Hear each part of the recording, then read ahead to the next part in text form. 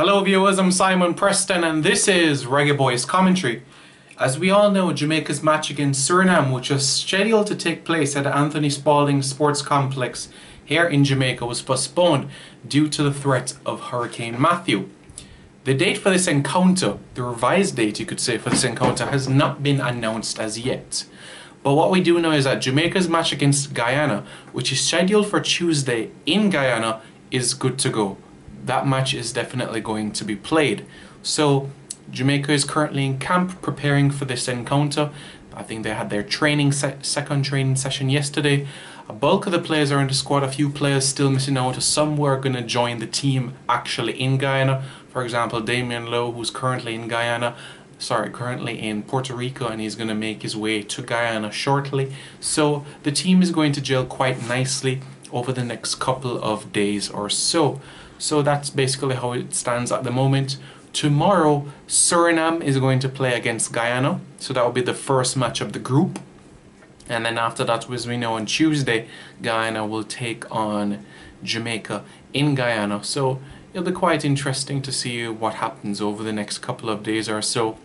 A lot of people are still asking, well, the FIFA dates are running out. What's going to be the revised date for the Jamaica vs Suriname clash?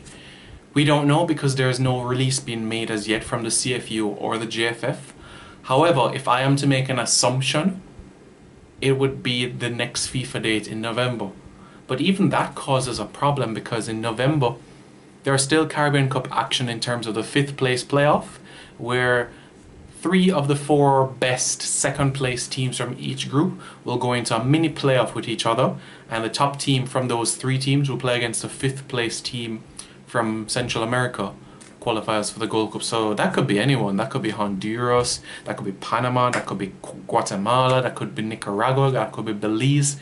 You don't want to put yourselves in that sort of predicament. Win your 2 games, bam, you're into the Gold Cup and the semi-finals of the Caribbean Cup. So basically that's how things stands at the moment. I'm Simon Preston, this is Reggae Boyz commentary. Stay tuned for more content as I provide you the revised date for the Jamaica vs Suriname clash and any other updates around the region as well.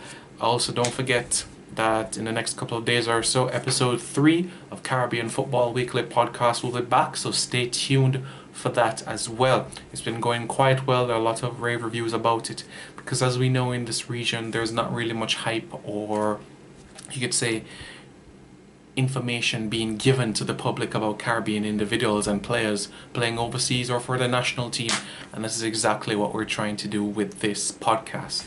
I'm Simon Preston. Don't forget to like our Facebook page, Reggae Boyz Commentary, and don't forget to subscribe to our YouTube channel, Reggae Boyz Commentary.